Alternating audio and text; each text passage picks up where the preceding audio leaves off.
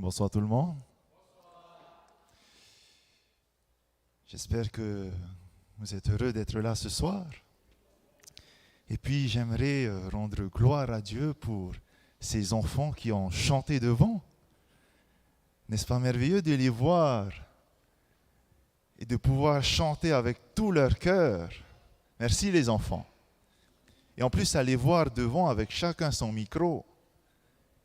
J'ai même pas vu un micro trembler. Vous vous rendez compte? Que l'Éternel soit loué. Dieu m'a transformé. Tel est le thème de notre troisième soirée. Dieu m'a transformé. Cela voudrait dire qu'il y a des choses à changer. Je ne transforme rien s'il n'a rien à changer. Je ne transforme rien si tout va bien. Mais s'il y a quelque chose à changer, s'il y a quelque chose à transformer, c'est bien parce que, quelque part, il y a quelque chose qui ne tourne pas rond. L'année 2018 a été une année très éprouvante pour moi. L'année avait bien commencé. Mais voilà que vers la fin de l'année, vers le mois de septembre, une autre épreuve à franchir. 2018 a été une année très éprouvante pour moi. Pourquoi?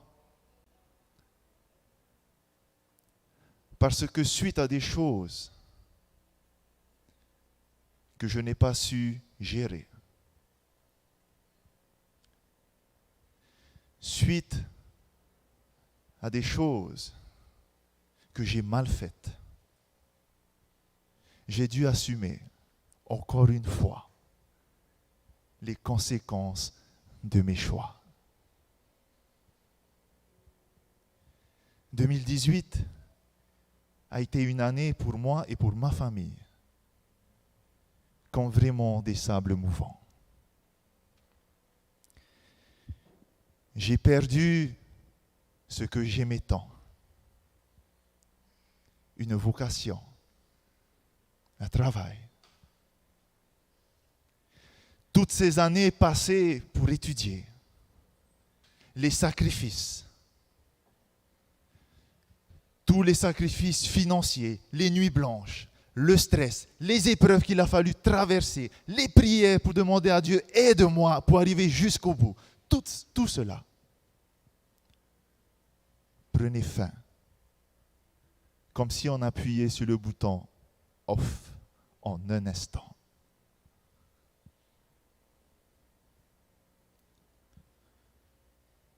Vous savez, l'esprit humain va chercher à se justifier. Mais lorsque l'Esprit de Dieu agit, Dieu nous dit, laisse faire. Je suis avec toi. Mais durant cette épreuve, il y a beaucoup de choses qui ont changé. Et je parle personnellement. À part les épreuves du passé, une nouvelle épreuve était à surmonter. Et là, c'était un peu comme si c'était la goutte qui débordait du vase, comme on dit. Et là, des choses qu'on n'arrive plus à accepter, qu'on n'arrive plus à endurer. Et petit à petit, j'ai pu voir qu'une transformation en moi a pu se faire négativement. J'en voulais à beaucoup de personnes. Une souffrance commençait à s'installer à l'intérieur. Une lutte permanente était là.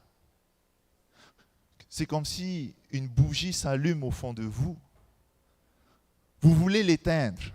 Cette bougie vous brûle, vous consume de l'intérieur, mais vous ne pouvez rien faire. Et lorsque vous vous approchez de certaines personnes pour avoir de l'aide,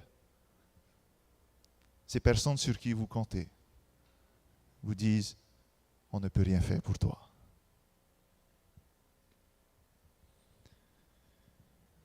J'ai commencé à voir du noir.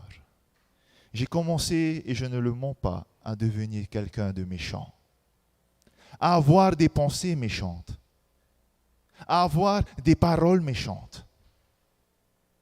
Heureusement, merci Seigneur, cela n'a pas été jusqu'à des actions méchantes, mais elles étaient là. Je commençais à dire du mal.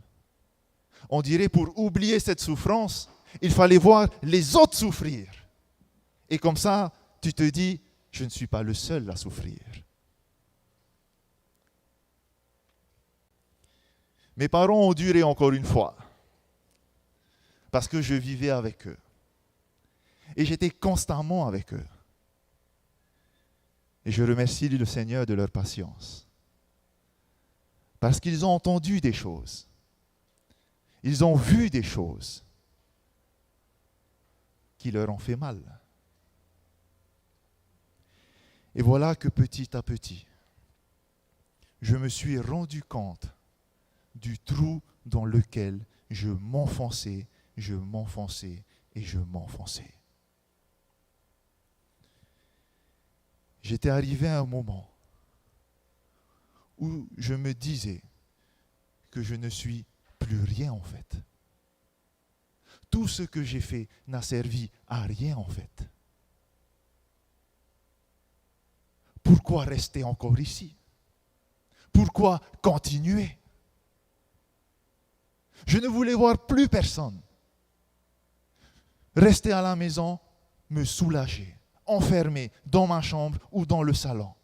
Même pas mettre le pied dans la cour, vous imaginez. Et voilà qu'un jour, Dieu a commencé à parler en moi. Et je me suis rendu compte de l'être que j'étais en train de devenir. De l'être méchant que j'étais en train de devenir. Et là, grâce à Dieu, je me suis effondré sur mon lit et là, j'ai levé les yeux vers le ciel et j'ai crié, Seigneur, regarde ce que je suis devenu. Regarde la voie que je suis en train de suivre. S'il te plaît, transforme-moi. Change la situation. Transforme les choses. Parce que seul, je suis perdu. Il n'a pas fallu attendre une semaine pour que je puisse avoir un poste à l'hygiène dentaire. Ce poste, je ne l'ai pas cherché. Ce poste est venu comme ça, comme un plateau. Je ne vais pas vous expliquer comment, mais ça s'est passé comme ça. Lorsque j'ai eu ce poste, j'ai commencé à travailler à l'hygiène dentaire. Et bien sûr, à l'hygiène dentaire, nous sommes face à qui? À des enfants. Des enfants qui ne sont pas toujours sages. Des enfants à qui il faut savoir parler, à qui il faut savoir transmettre le message. Et ce n'est pas évident. Et surtout lorsque dans sa tête, on n'est pas bien. Mais voilà qu'avec ces enfants, il a fallu que je réapprenne beaucoup de choses. La patience, la douceur, la bonté, l'amour, le pardon, sans me rendre compte, ce travail qui m'a été donné était une réponse à ma prière pour que Dieu commence un processus de transformation dans ma vie. Et cette transformation jusqu'à aujourd'hui n'est pas terminée. Et cette transformation continuera jusqu'à ce que Jésus revienne. Dieu m'a transformé. Vous savez, il y a une histoire dans l'évangile de Marc au chapitre 5, versets 21 à 34. Et dans cette histoire, il nous est raconté, Jésus dans la barque regagna l'autre rive, où une grande foule s'assembla près de lui. Il était au bord de la mer. Alors vint un des chefs de la synagogue, nommé Jaïrus, qui l'ayant aperçu, se jeta à ses pieds et lui adressa cette instance de prière. « Ma petite fille est à l'extrémité.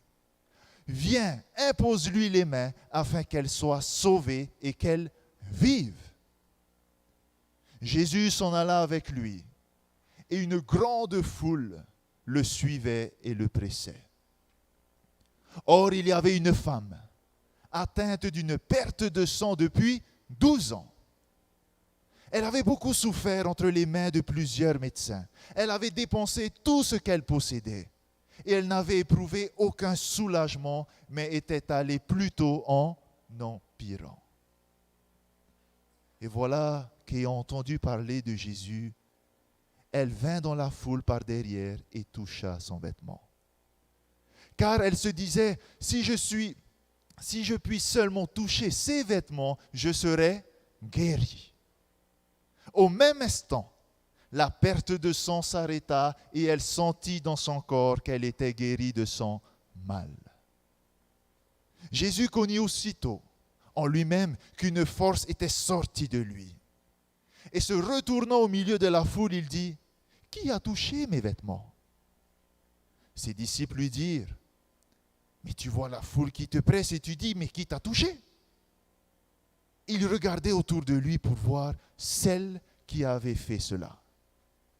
La femme effrayée et tremblante, sachant ce qui s'était passé en elle, vint se jeter à ses pieds et lui dit toute la vérité. Mais Jésus lui dit, « Ma fille, ta foi t'a sauvée. Va en paix et sois guérie de ton mal. » Jésus était en train de se rendre vers la maison de Jaïrus pour guérir sa petite fille. Et le texte nous dit qu'une foule était en train de presser Jésus. Mais voilà que dans cette foule se trouvait une personne, une femme.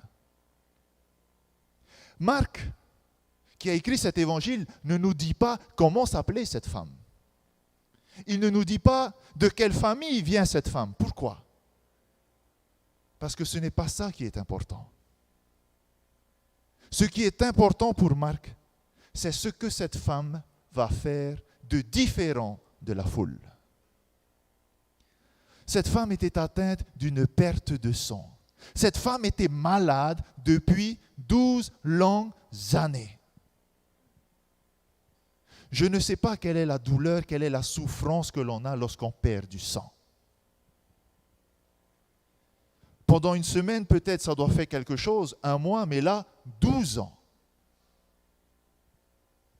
Une perte de sang, une maladie incurable depuis 12 ans. Et vous savez qu'à cette époque, la loi interdisait à ce type de personne, à toute femme qui était atteinte d'une perte de sang, de sortir de chez elle. Pourquoi ? Parce qu'elle était considérée comme impure. Pendant 12 longues années, essayez d'imaginer, cette femme était devenue une femme impure, qui n'avait plus le droit de sortir de chez elle. Donc une femme qui était coupée de quoi ? Du monde, coupée peut-être de ses enfants, peut-être de son mari, de sa famille, de ses amis. de son église, de sa communauté. Une femme qui était restée pendant plusieurs années isolée chez elle à cause de son statut de femme impure. Mais on nous dit que dans cette solitude et cette souffrance, elle a essayé de trouver des solutions autour d'elle. Elle a été rencontrer des médecins. Et on nous dit que financièrement, elle a dépensé une grande somme d'argent auprès de ces spécialistes pour être guérie. Mais malgré qu'elle avait dépensé de l'argent, Marc nous dit que sa situation allait en empirant. La misère est là. Où trouver l'espoir pour continuer à vivre dans ce genre de situation? Et il se peut que ce soir, la situation de cette femme soit peut-être la nôtre. Qu'est-ce qui en est de notre santé? Sommes-nous en bonne santé ce soir? Vous savez que la santé peut se définir de plusieurs manières. Il y a la santé physique, mais il y a aussi la santé morale, la santé psychologique. Quel est mon état de santé personnel ce soir? Quel est l'état de santé de mon couple? Est-ce que la communication tourne bien encore au sein de mon couple? Est-ce que le respect, la confiance est encore instaurée au sein de mon couple?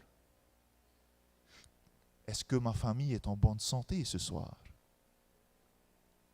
Est-ce que les enfants respectent encore leurs parents? Est-ce que les parents ont encore de l'attention pour leurs enfants? Qu'en est-il de la santé peut-être de notre Église? Est-ce que l'unité est encore là? Est-ce que lorsque j'entre dans cette Église, je sens l'Esprit de Dieu qui m'entoure? Est-ce que je me sens accepté? Est-ce que lorsque j'entre dans l'Église, j'ai l'impression de rencontrer Jésus-Christ face à moi? Quel est notre état de santé ce soir? Cela fait combien de temps que nous souffrons? Cela fait combien de temps que nous luttons contre nos souffrances? Et face à ces choses, tout comme cette femme, on essaie de trouver des solutions par nous-mêmes. Lorsque nous sommes malades, bien sûr, nous allons aller voir des docteurs. Nous allons aller voir des psychiatres si on est malade psychologiquement. Si on n'est pas bien intérieurement, nous allons nous tourner vers nos amis pour avoir des conseils. Je ne suis pas en train de dire que ces choses sont mauvaises, non. Ces choses peuvent nous aider. Mais malheureusement, certains vont utiliser une voie dangereuse, une voie trompeuse. Beaucoup, et je dis beaucoup, vont se tourner vers la facilité telle que les drogues, l'alcool. Rechercher ces ambiances festives pour oublier le présent. Des ambiances festives pour nous faire entrer dans un monde irréel pour oublier la réalité. Et c'est pourquoi aujourd'hui, et même ça descend maintenant, même les plus jeunes sont plongés là-dedans.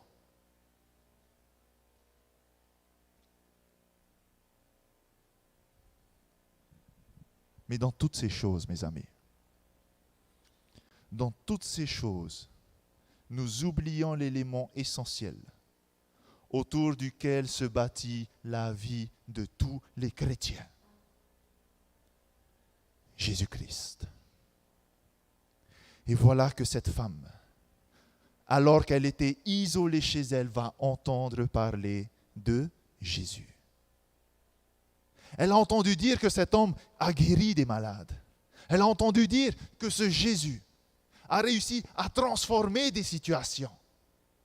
Il a pu faire des miracles dans la vie de nombreuses personnes. Il a pu réussir à faire marcher des paralytiques, à rendre la vue à des aveugles, des choses incroyables. Et voilà que ce Jésus débarque dans son village. Et je pense qu'à ce moment-là, elle devait entendre la foule à l'extérieur s'écrier « Le voici ». Que doit-elle faire? Doit-elle rester encore une fois de plus enfermée dans sa solitude, sans avenir et sans espérance? Non. Vous savez que la loi disait, ne sors pas de chez toi, parce que tu es impur. Mais voilà que cette femme, lorsqu'elle va entendre que Jésus est là, elle va se dire, voici ma dernière chance. Voici celui qui me guérira. Je ne le connais pas personnellement, mais s'il a pu guérir des malades, j'en suis sûr qu'il pourra aussi me guérir. Vous savez, on dit très souvent, oui, mais Jésus, il a fait ça dans la Bible, il a fait ça pour d'autres, mais il ne le fera jamais pour moi. Il fait toujours pour les autres, mais pour moi, ça ne va pas marcher. Peut-être que cette femme, elle a dû penser aussi à cela, à ce moment-là. Mais lorsqu'elle a commencé à faire un récapitulatif de sa vie, lorsqu'elle a commencé à se rappeler de toutes ces années dont elle avait perdu beaucoup de choses, elle s'est dit, aujourd'hui, ça suffit. Aujourd'hui, je ne resterai pas une seconde de plus enfermé dans cette maison, mais je sortirai et j'irai à la rencontre de mon Sauveur. Même si cela me coûte la vie, je préfère faire le pas que de rester cloué et enfermé dans ma situation souffrante du présent.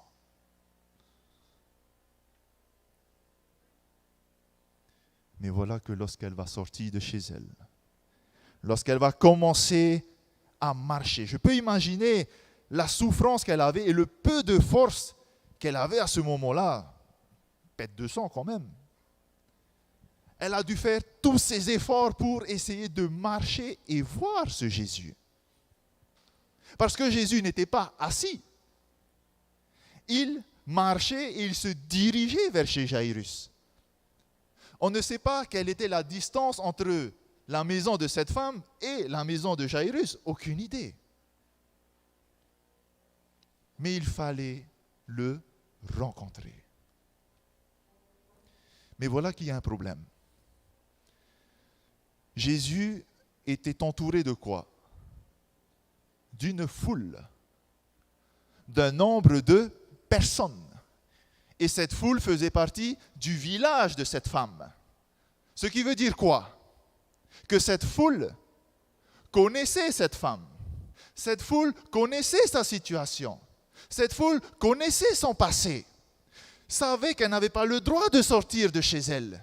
Savait qu'elle était une femme impure et qu'elle devait rester clouée chez elle.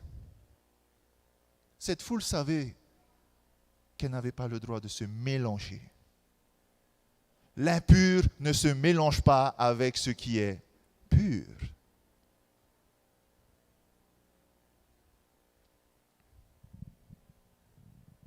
Mais voilà qu'elle se dit, je n'aurai, en voyant cette foule, qui la connaît, elle a dû se dire en elle-même, mais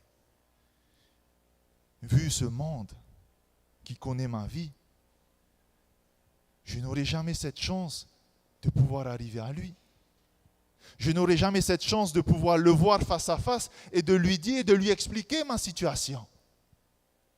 On risquerait de me voir, on risquerait de me repousser, de me rejeter et même de me lapider.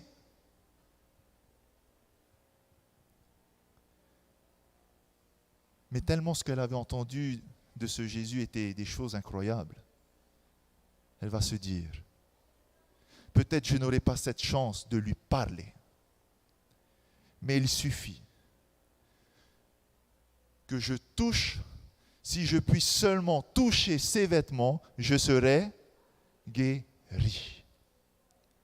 Et pourtant, c'était écrit nulle part qu'il fallait toucher le vêtement de Jésus pour être guéri. Personne avant elle n'avait fait cela. Il n'y avait aucune histoire dans le passé qui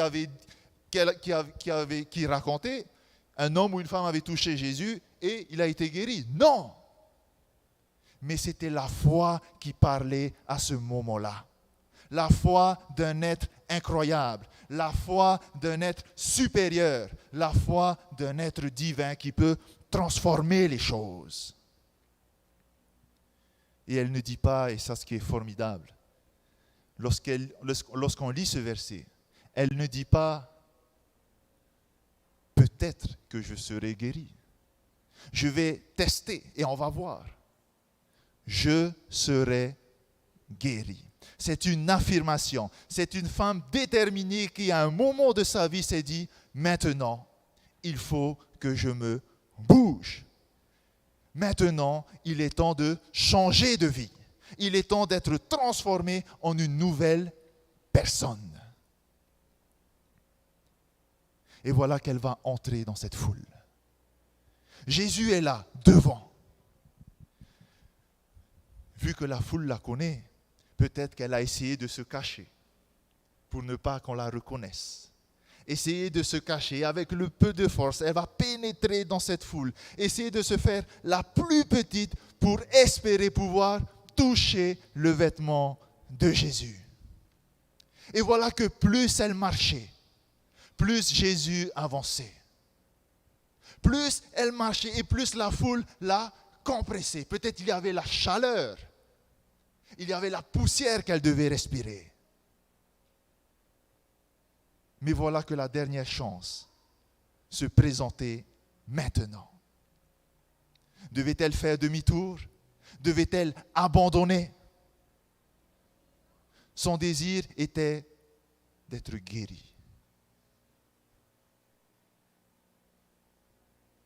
Quoi qu'il arrive, je ferai l'impossible. Et voilà que petit à petit, alors qu'elle essaye de se faufiler, Jésus est à quelques mètres, Jésus est à quelques centimètres, elle essaye de tendre la main, bousculée peut-être par la foule.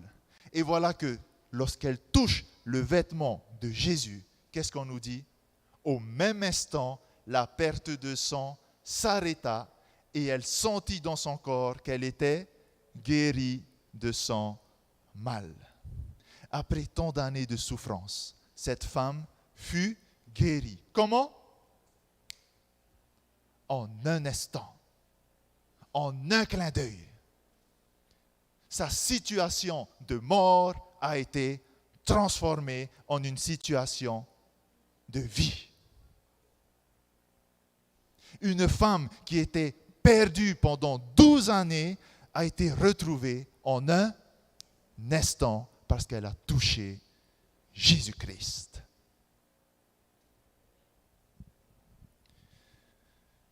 Peut-être que nous aussi, nous avons entendu parler de ce Jésus. Peut-être que depuis petit, nous avons entendu parler de Jésus. Nous avons entendu parler, nous avons entendu des histoires.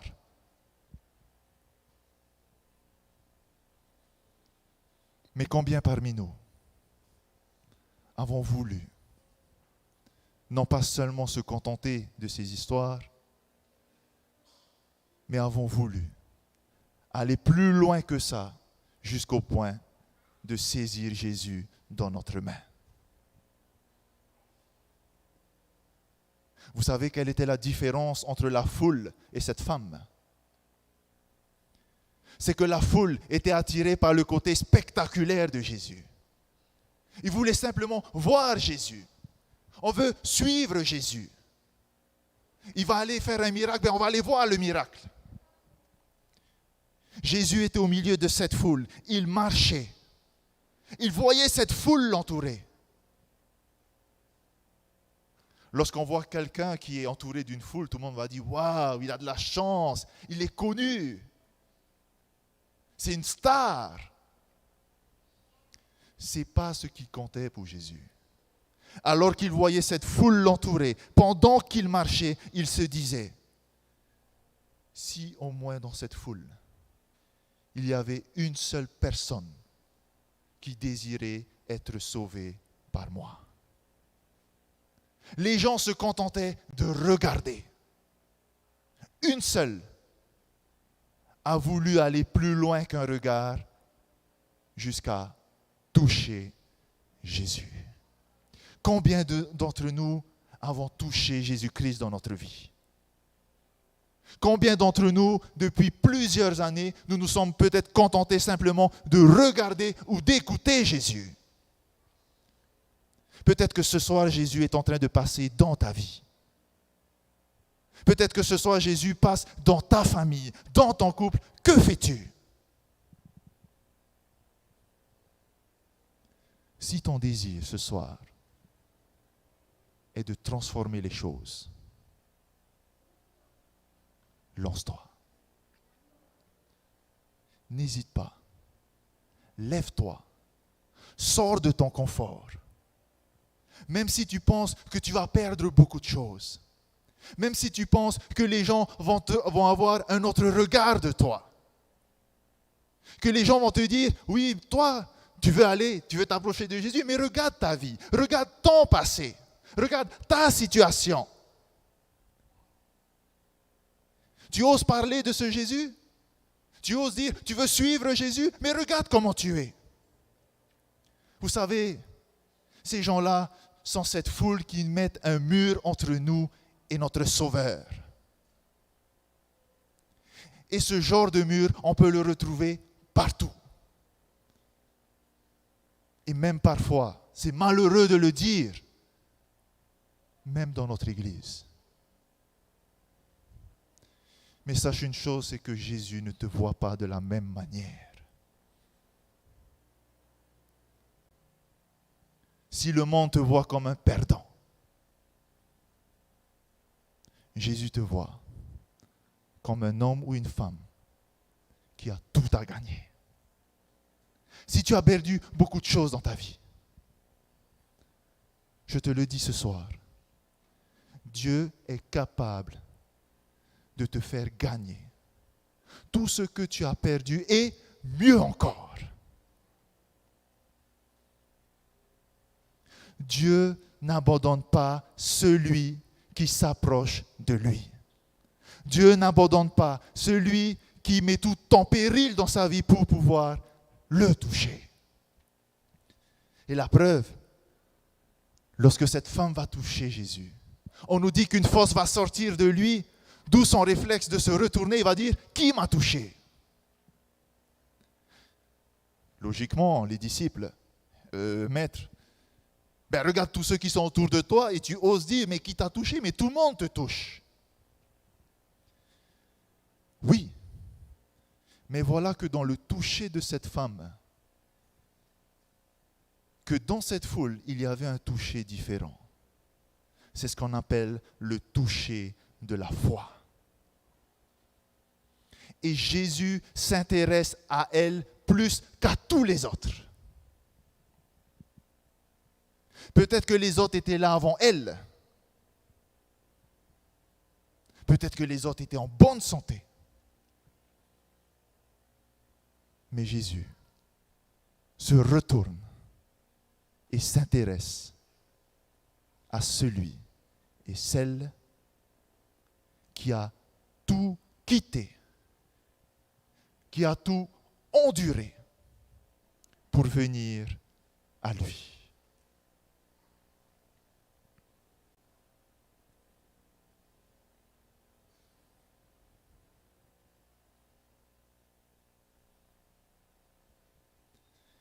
Quel est notre état ce soir? Quel est ton état de santé ce soir? Dans quelle situation vis-tu aujourd'hui? Contre quoi luttes-tu ce soir?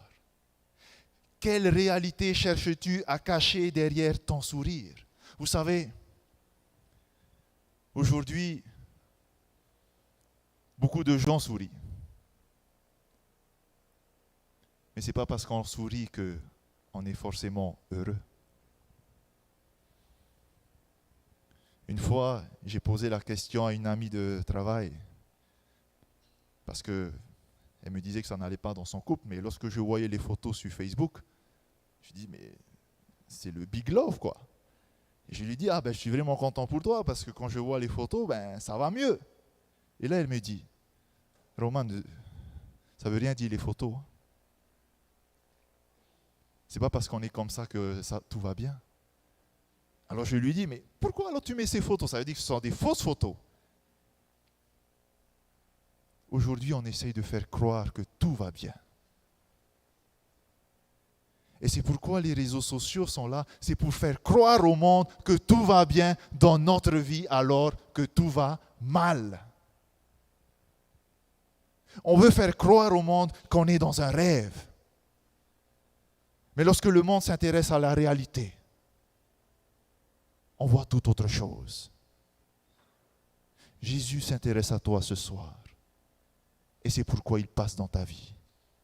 Ne rate pas cette occasion, car ta vie peut se transformer simplement par une question de choix. Que fais-tu? Combien de temps attendras-tu encore pour toucher ton Sauveur? Et j'aimerais terminer avec ce verset. Ce verset que j'ai essayé de garder, que j'ai essayé de méditer à plusieurs reprises pour pouvoir garder l'espérance. Et ce verset nous dit, dans Jérémie chapitre 20, versets 11 à 13, « L'Éternel Dieu parle, car je connais les projets que j'ai formés sur vous, dit l'Éternel. » Et comment sont ces projets? Projets de paix et non de malheur, afin de vous donner un avenir et de l'espérance. Vous m'invoquerez et vous partirez. Vous me prierez et je vous exaucerai. Vous me chercherez et vous me trouverez. Si, il y a un si. Si vous me cherchez de tout votre cœur. Si je suis pour vous, votre Sauveur. Que veux-tu transformer dans ta vie ce soir? Dieu m'a transformé. Dieu continuera encore à nous transformer. Amen.